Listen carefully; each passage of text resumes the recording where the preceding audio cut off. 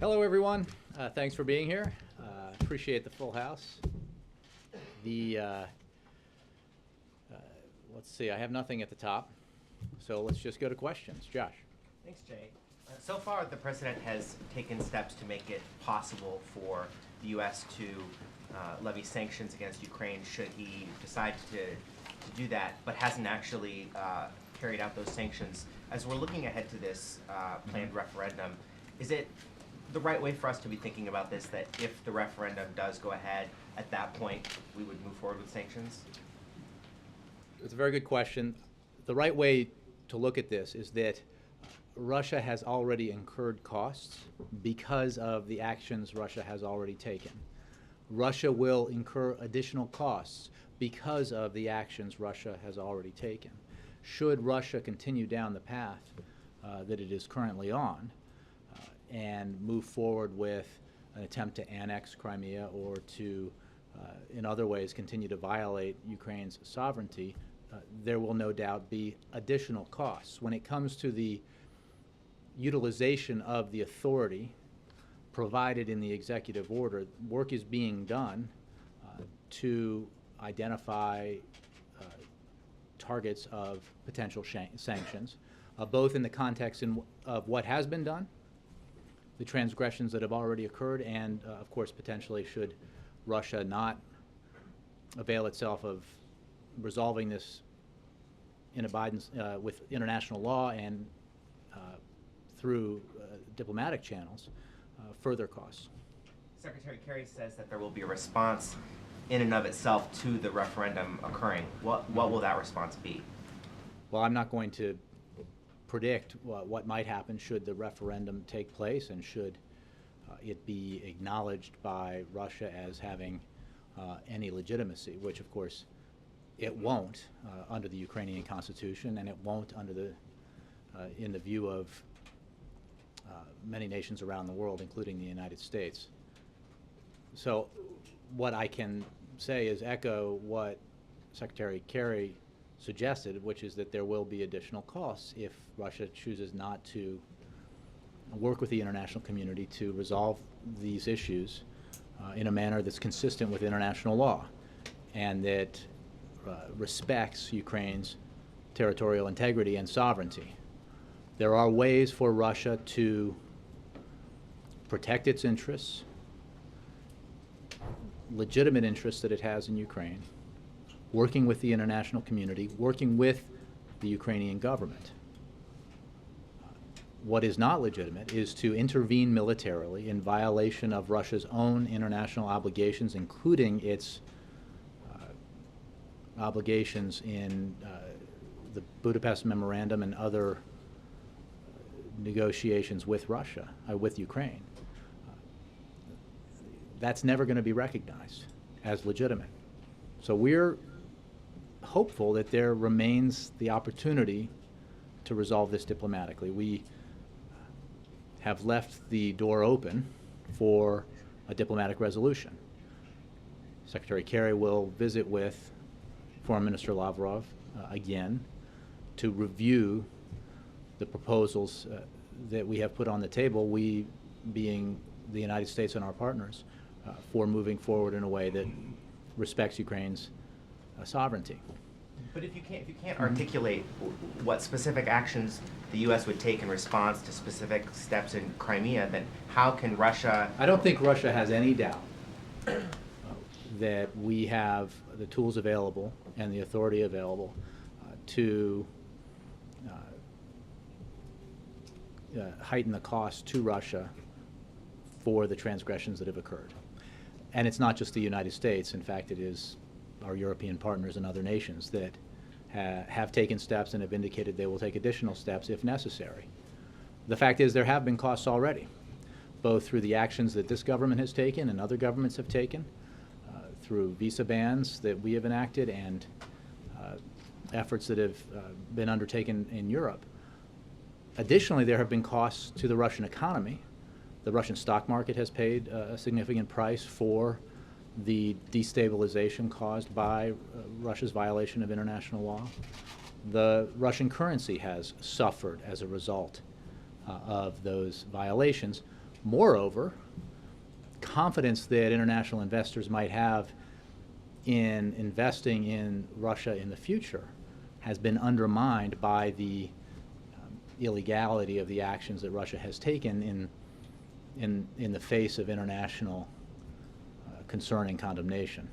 So the costs are real, and they will increase if Russia doesn't avail itself of a very real opportunity here to address its concerns through normal, peaceful channels in a way that respects Ukraine's sovereignty.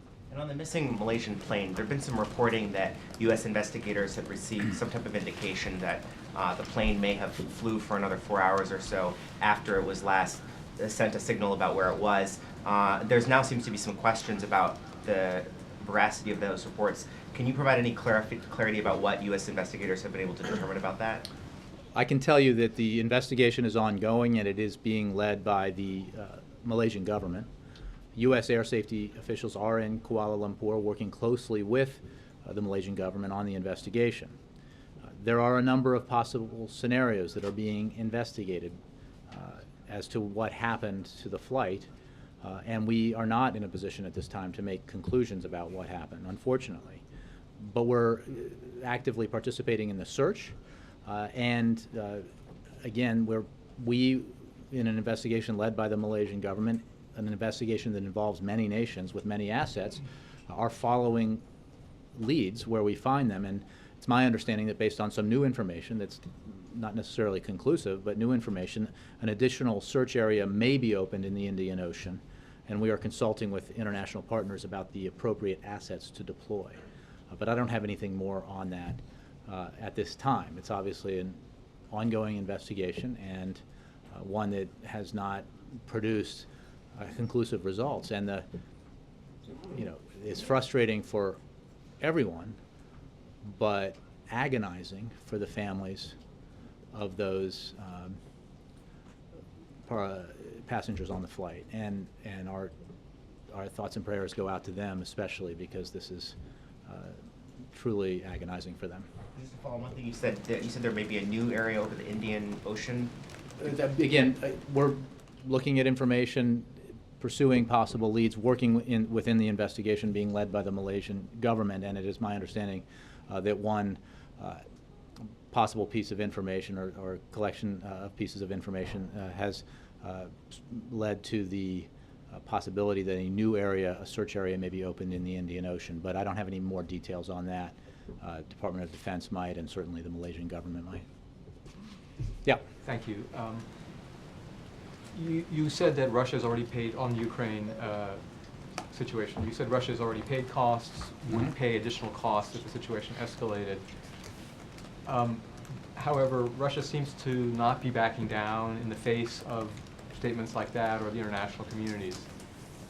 They are apparently staging military exercises on the border with Ukraine, deploying troops, firing weapons. What message should the international community take from that, both specifically with regard to the warnings of sanctions, as well as that situation specifically? Russia has already paid a price, as you said, for the military intervention that it has engaged in Crimea. We're obviously monitoring the overall situation very closely, and I think it is clear to Russia that additional costs will have to be paid if they further violate Ukraine's sovereignty and territorial integrity. So there are discussions that we're having with the Russians that we seek to continue in pursuit of a possible diplomatic resolution here. But the option is clear. There's no doubt in our mind that officials in Moscow understand both what the price has been thus far for their actions and the fact that continuing down this path would incur further costs to the Russian economy and would result in further isolation of the Russian government on the international stage. Meanwhile, as you saw yesterday when the President met with the Ukrainian Prime Minister, we are working closely with Congress and with our allies and partners to make clear that we strongly support the new Ukrainian government. We strongly support the Ukrainian people, and we strongly endorse the fundamental principles of territorial integrity and sovereignty.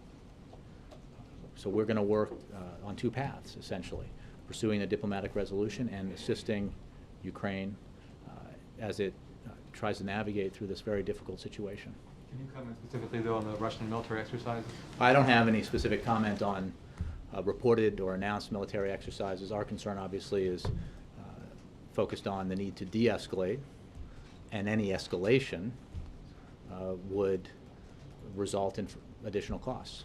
Also, could you comment on Chancellor Merkel has apparently expressed rising concern, talking about a potential catastrophe if events continue along the path that they're on? Does that raise worries that she's worried? Well, she and the President obviously have spoken on this matter, and both the President and the Chancellor have spoken with other partners about our concerns, shared concerns, that the incursion into Crimea and the violation of Ukraine's territorial integrity represents. It's very destabilizing. It's anti-democratic. It's in violation of the United Nations Charter. It's in violation of a series of agreements, including the Budapest Memorandum. There's no question that further escalation would result in more problems for Russia and clearly for Ukraine, and that would not be good for the region or the world. We're working very hard, Secretary Kerry in particular, on an effort to make clear to the Russians that we understand they have concerns and interests in Ukraine, and making clear that there is a way for those concerns and interests to be addressed and protected through the utilization of international monitors and through dialogue with the Ukrainian government. But there's no question that, as has been the case now for some time, that the situation there is of concern. And one of the things that the Ukrainian Prime Minister, is he Prime Minister, President, asked was that the international community honor the Budapest Memorandum, which, as I understand it, stipulates that in exchange for giving up their nuclear weapons, the West would protect them militarily.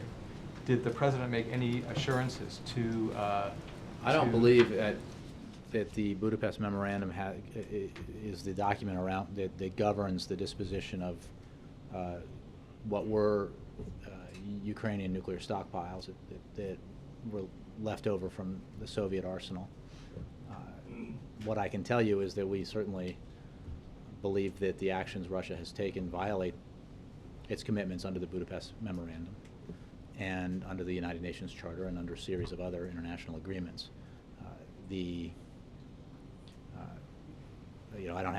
don't have a further analysis of the Budapest Memorandum, but I can tell you that we're working in concert with our European partners and allies to support Ukraine through this difficult period, and also to try to persuade Russia to take a different path.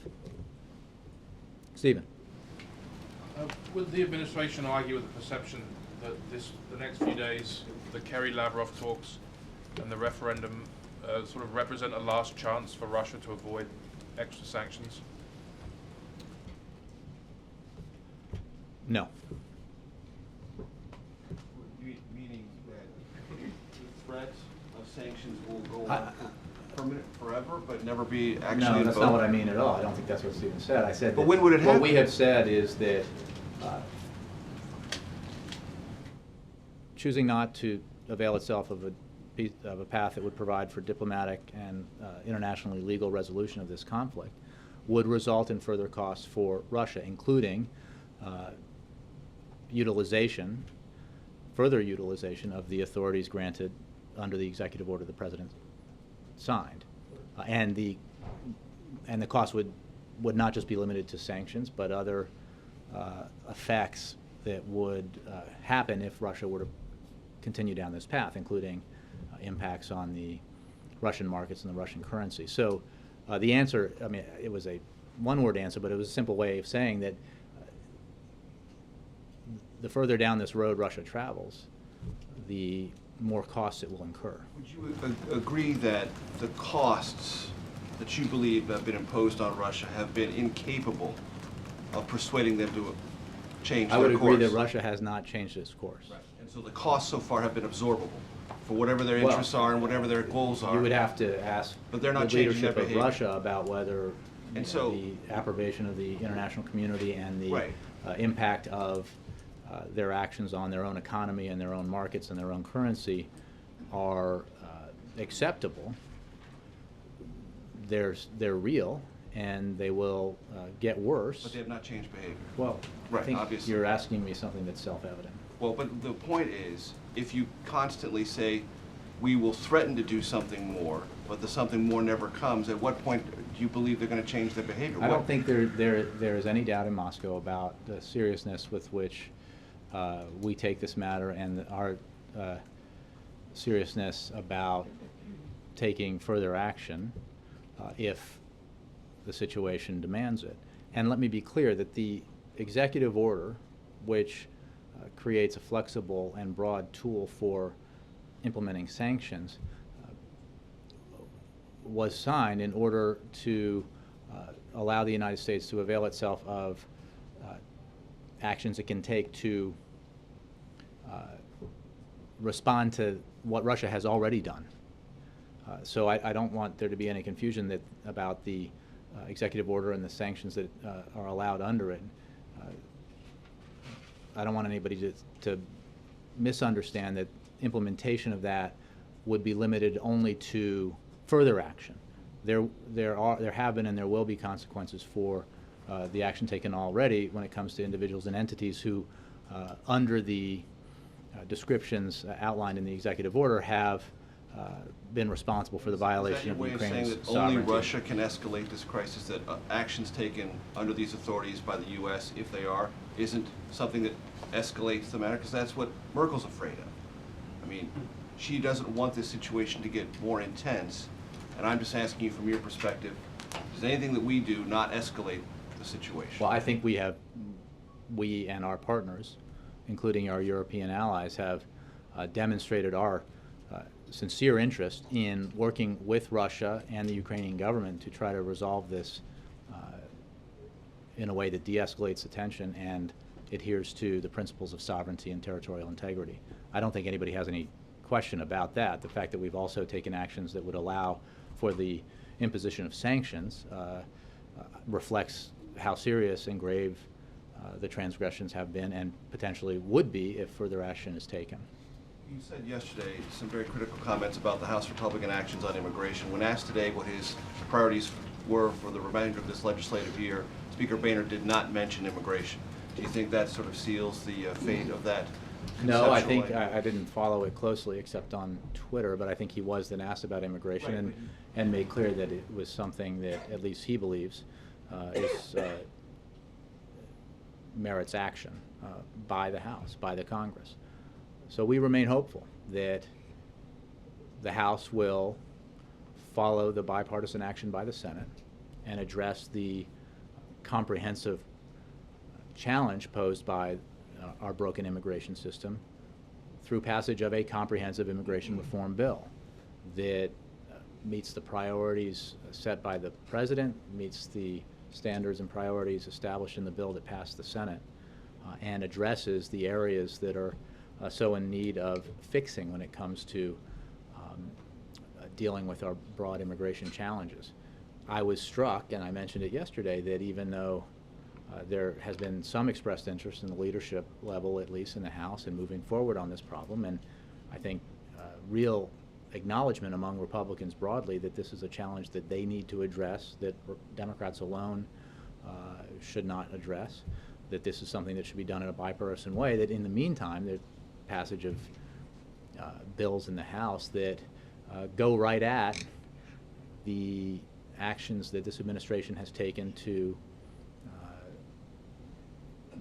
help so-called dreamers deal with the burden that is imposed by our broken immigration system, so that those individuals in this country, through no fault of their own, who were brought here as children, who have grown up as Americans, who consider themselves Americans in every way except for the lack of documentation, are not punished while we try together, Democrats and Republicans, to address this challenge through comprehensive immigration reform. The fact that they would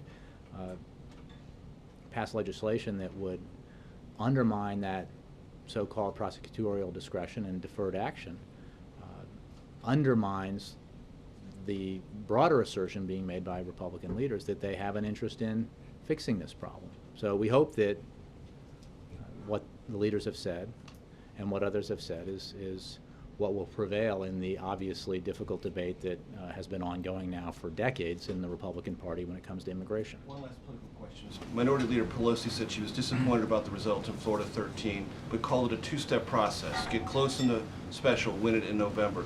Will there be a reassessment here at the White House and working with the DCCC about using the president in that race specifically, or looking I at don't have a that plan process for you differently than in you did before that? I don't And have she a shared plan. that disappointment clearly.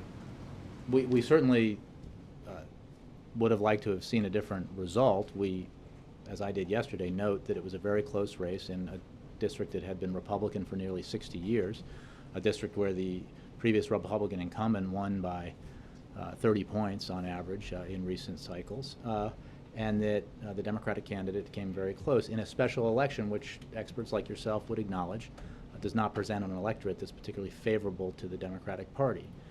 So I'll leave the more detailed electorate analysis and election analysis and predictive analysis about what actions might be taken in the future to others, except to say that I think a number of people, including Republicans, have noted that there are not too many broad lessons to learn, especially with regards to the Affordable Care Act, from yesterday's result. Roger. Thank you. The president next Monday meets with Abbas on the Mideast peace framework. How much has Ukraine and Russia been a distraction to that? And second, what is the president going to be asking of Mr. Abbas? And finally, can it be worked out? Can Mr. Kerry announce the framework by the end of April? Secretary Kerry, I believe, was on the Hill today, may still be up there testifying, and he, I know, took some questions on this and addressed it pretty fully, so I would point to your remarks in general about the process moving forward, the need to reach a framework for negotiations so that both sides can move forward towards resolving the so-called final status issues. There's no question this is an ongoing challenge. This has been one of the most difficult problems in the world for decades now, and if it were not such a challenging issue, it would have been resolved already in the past. But Secretary Kerry, President Obama, and others are committed to working with both parties, both sides, Palestinians and the Israelis, to try to overcome the substantial distrust that has built up and exists, to move forward towards establishing a framework for negotiations, and then obviously towards continued negotiations towards a peace settlement that would allow for, in our view, two states, a sovereign Palestinian state and a Jewish democratic state of Israel that feels secure. And these are difficult issues. Both leaders have already made some tough decisions in an effort to move this process forward. More tough decisions await both sides and both leaders in order to move forward. Are there specific things that you'll be asking Abbas next month? I don't want to preview those discussions. Okay, and one other thing, was Austria's arrest today on a U.S. warrant of Ukrainian billionaire Dmitry Firtash part of the effort to put pressure on President Putin and his allies? I noted those reports, but I would refer you to the Department of Justice about them. Obviously, the United States is firm in its efforts as a general matter to fight corruption and transnational crime. I think the Department of Justice can address that more fully. Peter. Jay, you've talked about this a little bit, but I want to make sure I get it very clear. You've communicated that the U.S. has the tools and the authority to heighten the costs for Russia based on what they have already done, and that there will be more costs after they continue with these types of actions. I just want to get an If understanding. If they continue. And I want to get a better understanding, though, if we have these tools and we have this authority, why aren't we using it to do more now before the referendum? Why not already using them beyond what we've done? Secretary Kerry has offered to further explore a diplomatic solution to this crisis with Foreign Minister Lavrov. We are attempting to ascertain whether or not Russia is interested in de-escalating, taking steps, including returning its military personnel back to bases, to reduce the tensions and address their concerns in a way that's consistent with international law and its obligations through various agreements and treaties.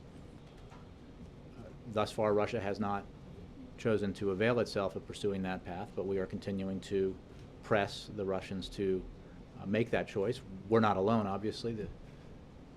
Our partners in Europe, including Chancellor Merkel and Prime Minister Cameron and President Hollande and others, are fully engaged in this process. We are working very closely with the Ukrainian government on this matter. And you're correct in assessing that we have taken some actions. We have the authorities to take more action. Costs have already been incurred by the Russian government, the Russian state, the Russian economy. I don't think there's any question that there would be further costs to Russia should it choose not to de-escalate and pursue a peaceful and diplomatic resolution to this challenge. Secretary Kerry just moments ago said that the president asked to meet with him before he leaves to talk with Foreign Minister Lavrov overseas, I believe, in London. Just wanted to get a sense of what the president's message is to John Kerry, why he wants to meet with him specifically before his departure. The President and Secretary of State have been speaking and meeting on this subject quite frequently of late. All of the principals of the President's National Security Team have been participants in that ongoing discussion about this very serious matter. You know, this is part of the regular consultations that occur between the President and his Secretary of State. Again, looking where we are in the situation in Crimea, looking at the effort that Secretary Kerry is making and the offer that he has extended to his counterpart, you know, this is an opportunity, hopefully, for Russia to choose to de-escalate and to do so in a way that allows Russia to see that the world acknowledges that Russia does have legitimate interests and concerns in Ukraine, does have a naval base that is there through an agreement with the Ukrainian government, that the two countries have deep cultural and historical ties, that Ukraine does have among its citizens many ethnic Russians, and we are fully prepared, together with our international partners, to support a robust mission to place monitors in Ukraine to ensure that the rights of all Ukrainian citizens are respected and that Russia's interests are acknowledged. That is the avenue that is far preferable to the one that Russia has taken thus far, in violation of international law and its obligations to various commitments and treaties that it has signed. Given the Russian defense minister's announcement of new military operations near the Ukrainian border and NATO announcing deployments of fighter jets and exercises in Western countries on the other side of Ukraine, is it the White House's assessment, I know it's desire, is it the White House's assessment that the situation is presently being de-escalated, or that in fact it is presently being escalated? It's certainly not de-escalating. So it's getting worse. I think by definition, the longer it stays at an escalated state, it's not getting better. That is why we are seeking to persuade Russia to avail itself of the option that we've just discussed. There are, as I mentioned before, costs and consequences to you know, Russia continuing down this path in violation of international law and in violation of a sovereign state's territorial integrity. Doug. Jay, in regards to Ukraine, there's a great old expression that I'm fond of. It's useless for the sheep to make resolutions of vegetarianism when the wolves are of a different opinion. At what point in in Putin's quest for a greater Russia, if this were to expand beyond the Crimea into the Ukraine, into other former Soviet republics, would the United States consider some sort of military show of force to a greater extent? And why have you so scrupulously avoided the mention of military force throughout these weeks of the crisis? We have been pursuing a diplomatic resolution to this crisis, as have our partners. We believe that there is an opportunity here to resolve this diplomatically. Russia has intervened in Crimea militarily.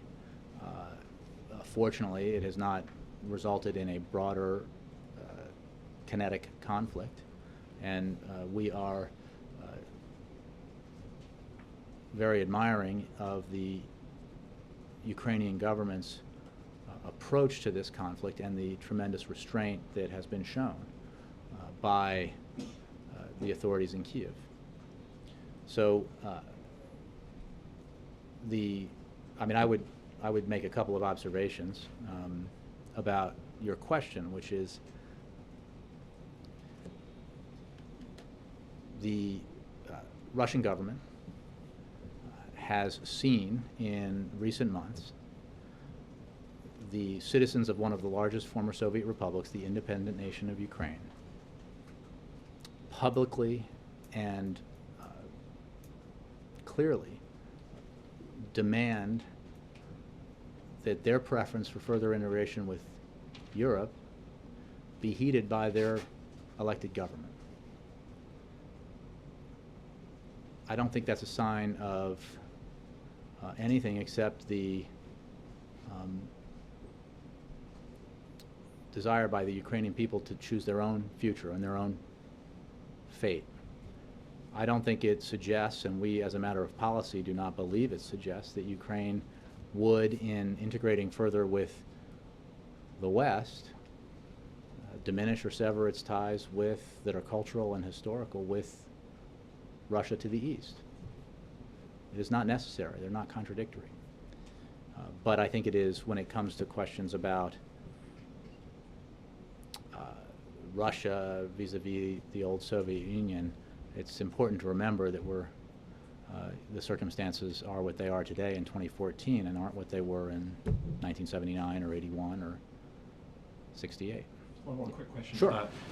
As you know, the House last night passed the Gowdy bill, which allows either the Senate or the House as a body to sue the executive branch if they feel that there has been a case of executive overreach. And your reaction to Well, that? I addressed that yesterday. Again, this is demonstrates an effort underway in the House to, even as they talk about trying to take steps forward with addressing immigration reform, for example, to undermine an action taken by this president in full compliance with his executive authority by the administration through DHS to allow DHS to exercise prosecutorial discretion so that so-called dreamers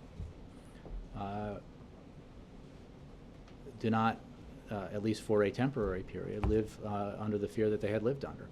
Now, and let's remind ourselves that Republicans blocked immigration reform in 2006. They blocked it again in the first 2 years of this administration. They blocked passage of the DREAM Act. And the message should be clear on this matter. So if you're asking me, I think we put out a statement of administration policy on this, and clearly the president would veto if it were to get to his desk. Alexis. So many other components to it, not just the various tweaks to the Affordable Care Act, the failure to enforce immigration laws that are already on the books, various state laws regarding defense of marriage acts. It goes on and on. I don't understand. The fact is, it's not going to get to the president's desk. It is, I think, reflects specifically when it comes to immigration, but on some of these issues too, an approach that tries to undercut progress that's been made and won't succeed. John. Hey Jay, does the U.S. government have confidence in the investigation being done by the Malaysian government into the missing plane? We are working with the Malaysian government. The Malaysian government obviously has the lead, given that it was a Malaysia Airlines flight. And we are making available to Malaysia substantial assets to assist in the search for that flight so that we can ascertain what happened to it, and for the sake of the families who are suffering even now, this many days after the flight disappeared. But it's not a question of having confidence. We're working in concert with the Malaysian government and with a lot of other international partners in this effort, and are taking some of the steps I just noted in order to further the search. What do you mean it's not a question of having confidence? Do you have confidence in their investigation or not? Well, what I can tell you is that we're working with the Malaysian government to try to find the plane, find out what happened to it, for the sake of the families, and obviously for the sake of knowing what caused the plane to disappear. And I don't have an evaluation to make. Obviously, the plane, that we still do not know and are not able to conclude what happened to it, and that is of concern. But I can't evaluate this process until it comes to an end. The fact that we may be opening up a new search area in the Indian Ocean based on this new information that you pointed out may or may not be accurate. If it is accurate, does that increase the likelihood that there was some kind of a hijacking that was going on here, given that that would had to have meant that the plane was flying for a considerable amount of time after its communications went out? John, I think all we can say at this point is that we don't have enough information, conclusive information, to say what happened. And so we're not ruling matters out. I mean, there was the issue of that has been looked into when it came to the fraudulent passports. But as a general matter of what happened to that plane, we have not been able to draw conclusions yet. So we're working with the Malaysian government. We have made available to it experts from several U.S. federal agencies in this effort, and as well as assets to help with the search for the plane. But at this point, we can't say what happened, and I don't think anybody involved in the investigation is able to say yet what happened to the plane. But it's safe to say that among that help is U.S. counterterrorism officials looking into the possibility that this was a terrorist attack or a hijacking or something along those lines? Look, I think that we have folks on the ground from the National Transportation Safety Board, as well as Federal Aviation Administration representatives, and we have Kuala Lumpur-based law enforcement officials cooperating closely with their counterparts. But I think that we're looking at all possibilities because we do not have information that's conclusive enough to make a determination about what happened and what caused the flight to disappear. Just a clarification on your comments on Ukraine. I'm trying to understand that the sanctions here. Will economic sanctions be imposed on Russia? Just a yes or no. I know you've done this exactly. I know you've laid the groundwork, but as you go through and you do all the analysis that needs to be done, picking and choosing who would hold responsibility, is it a given right now that unless Russia changes course, economic sanctions will be imposed? It is fair to say that if Russia continues down the path that it is currently on, that there will be additional costs, and that the costs that we can impose, some of them anyway, are authorized under the executive order, and that includes sanctions. So I don't want to limit the actions we may take, but certainly sanctions would be part of the action that we would take. So sanctions would be part of the actions we will take if Russia doesn't? I would expect that, yeah. Right. Yes, Jim?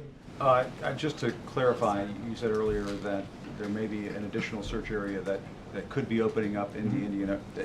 Is that a possibility, or it is opening up? There is a new search area in the Indian. This is not obviously an effort that's being run out of the White House. My understanding is that there may be an additional search area being opened up in the Indian Ocean, and that we are in consultation with others involved in the effort about reallocating some assets towards that search area. It may or may not be Well, I would just, Not I would more clear check with than that. NTSB and DOD and others. Getting back to what Secretary Kerry said up today on the Hill, he said that something short of full annexation of Crimea might be achievable. What did he mean by that?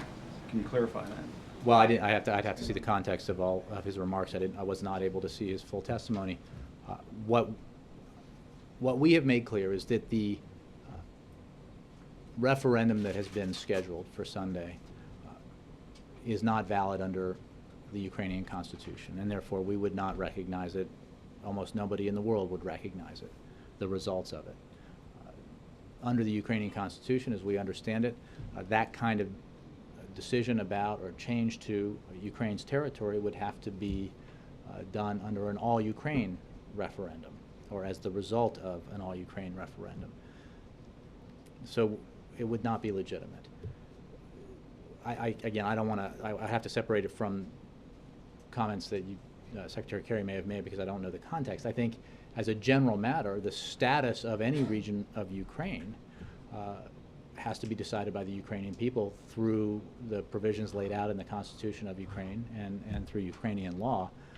So I wouldn't rule out or rule in anything like that. As our view would only be that it would have to be done in a way that didn't violate Ukraine's territorial integrity, did not violate Ukraine's sovereignty, was done according to the Ukrainian Constitution, and with the full cooperation of the Ukrainian government and the people's representatives in the Ukrainian parliament. But that's a lot of hypotheticals to get from where we are to any one of an array of possibilities that might occur in the future. What we know is that annexation of Crimea in the way being discussed and envisioned through this process would be illegal under international law and illegal under the Ukrainian Constitution. It's not acceptable, it's not. Correct. And yesterday, the Prime Minister, after meeting with the President, well, actually, when he was meeting with the President, he said, "We will never surrender." And then after he met with the President, he talked about potential for bloodshed, and that if Vladimir Putin were to take Crimea, what would happen next? He could take other parts of Ukraine. Mm-hmm. Is the White House concerned that after Sunday, this could escalate into some sort of open conflict between the Ukrainians and I wouldn't want to Russians? speculate about that terrible scenario that you... Did the Prime Minister convey that concern to the President, that fear to the President? Justifiably, the Prime Minister and the government of Ukraine and the Parliament of Ukraine are very concerned about Russian actions and the violations that we've seen already of Ukraine's sovereignty. We're concerned about it. So are our partners and allies. But I wouldn't want to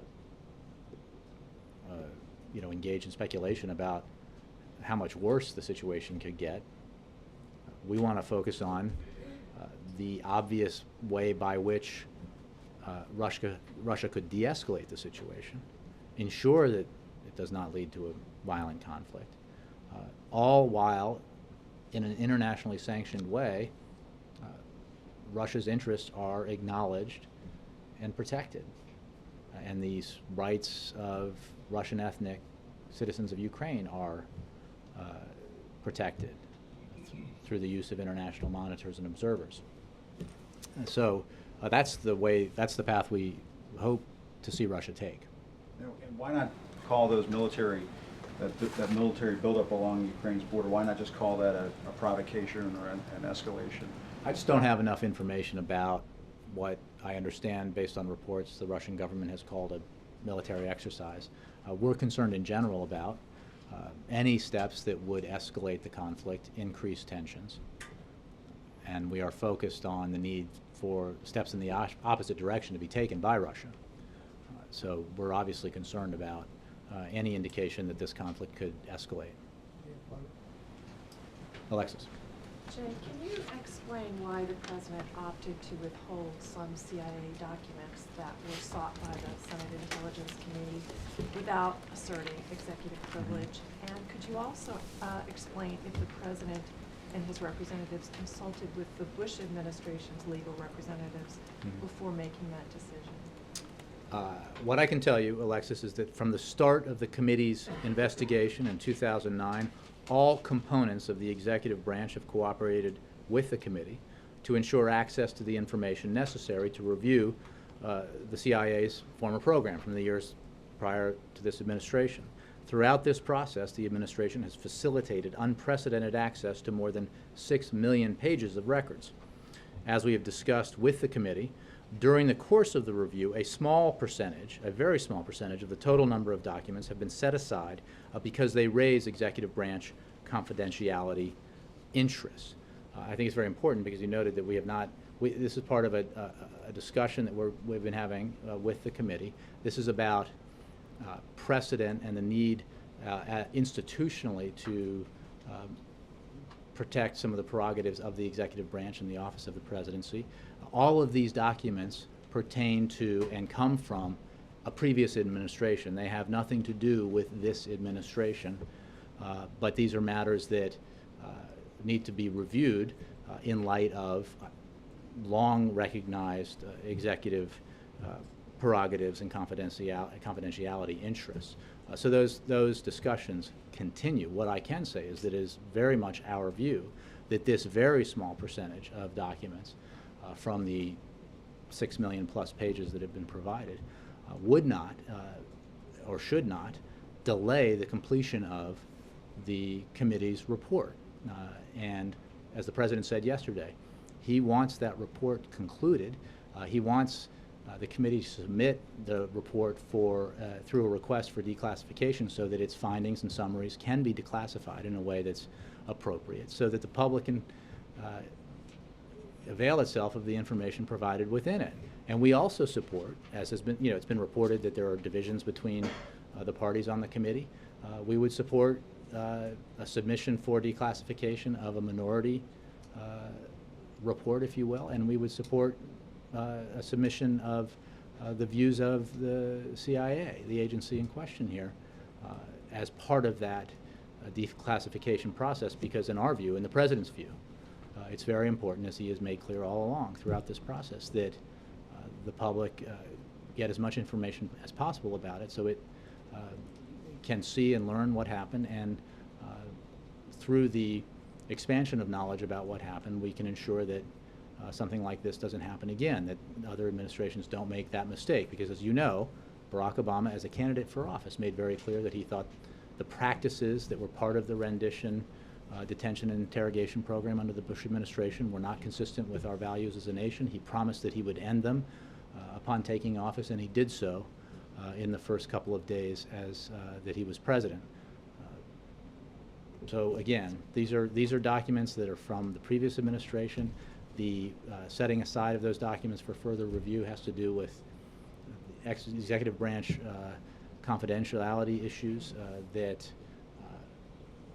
pertain in a variety of areas and have been recognized by the courts and through the administrations of both parties. Let me just follow up on two things. Mm-hmm. You're saying that the President does not believe that the documents that the committee requested are relevant enough to the investigation they're conducting to hold up the completion of the report, yes?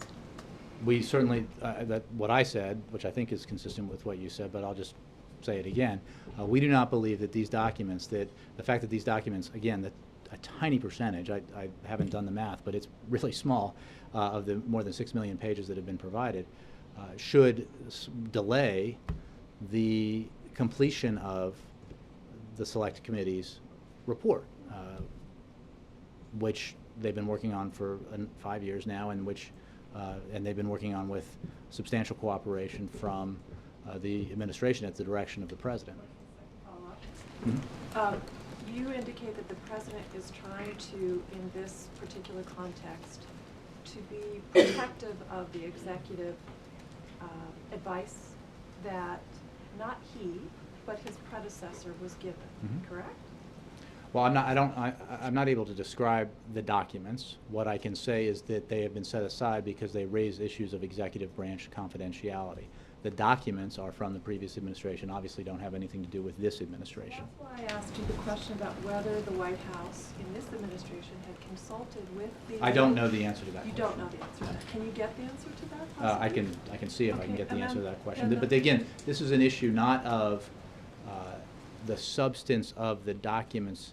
It is an issue of the nature of the documents and the need for past administrations and future administrations of both parties to retain That leads- executive branch That leads confidentiality. into my next question, which is that, as we know customarily, if a president feels on behalf of himself or his previous administration strongly enough about that, he exerts executive privilege. And so my Mhm. question is, if the president feels that strongly and will withhold them and believes that the committee does not need them, why doesn't he exert? Because we haven't had to. Here's the thing. There's a lot. We've been here for 5+ years, right? And there's often a sort of frisson in the air when Republicans start saying, "Oh, they're asserting executive privilege," or whoever says that. Do you know how many times this administration has actually asserted executive privilege? Once.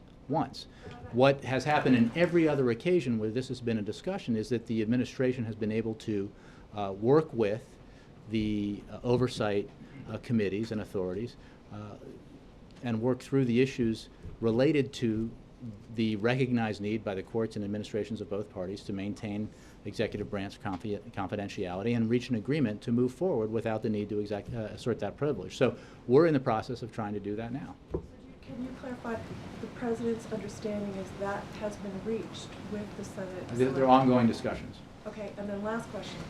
Catherine Rumler is expected to depart the White House this spring, is that right? I don't have any update or change on what's been said in the past about that. But that was That's what you said in the announced. past, right? That's what Right, you but I said. don't have an update on that. I haven't checked in That's true. on her. Yeah, I haven't April? checked in on Is her that actual correct still? departure date. April? I haven't asked her lately when she plans to leave, but I assume that hasn't changed. Thank you. Thanks, Jay. Lee. Thank you. Lee, yeah. Thanks. General Dunford is in town, and today he testified on the Hill.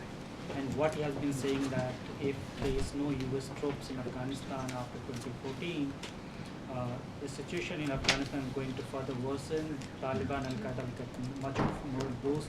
This is what the president's command on the ground is saying, conveying the message to the Hill.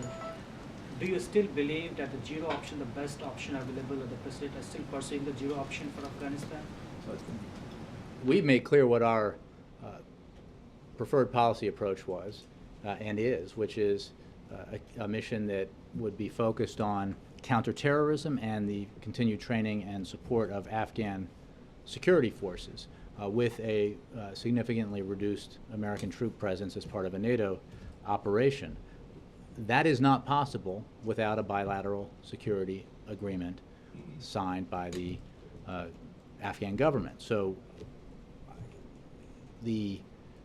I think our views on this reflect what General Dunford said and what you just cited to me, which is that in order to maintain what we think would be the best policy option of a limited troop presence there, to focus on counterterrorism and training and support of the Afghan forces, we need a bilateral security agreement. We negotiated one with the Afghan government and had as a target date for its signing the end of last year, in keeping with what the Afghan government had identified as the time frame. And we've made clear, as the days and weeks have passed in 2014, that the further we move into this year, the more our ability to, even if we were to sign a BSA later in the year, it would the later we sign it, the more constrained our presence and mission would be beyond 2014.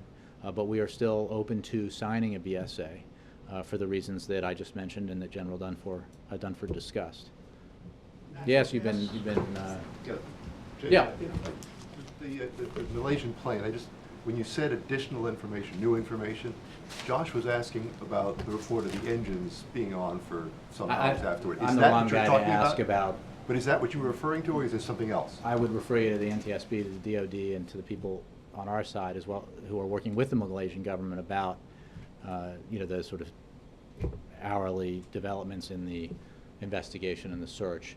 I only know that because of new information, we may be part of an effort to open a new search area in the Indian Ocean. Thanks, everybody. I have so many times in the last several days. Huh? Okay. It must be, because you're asking. You know, the Republicans in the energy industry are using Ukraine as an excuse to agitate for more exports. Mm-hmm.